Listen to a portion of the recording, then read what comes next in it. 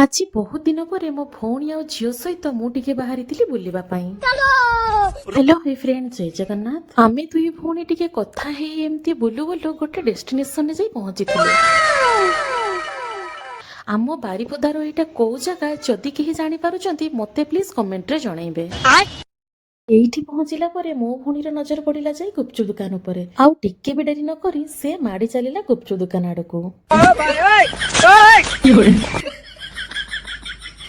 ଯେହେତୁ ମୋର ଏବେ ଏବେ ଗୋଲ୍ଡ ବ୍ଲାଡର ରିମୁଭ୍ ହେଇଛି, ସୁନା ପିଲା ଭଳିଆ ମୁଁ ଟିକେ ଏସବୁରୁ ଦୂରରେ ରହୁଛି।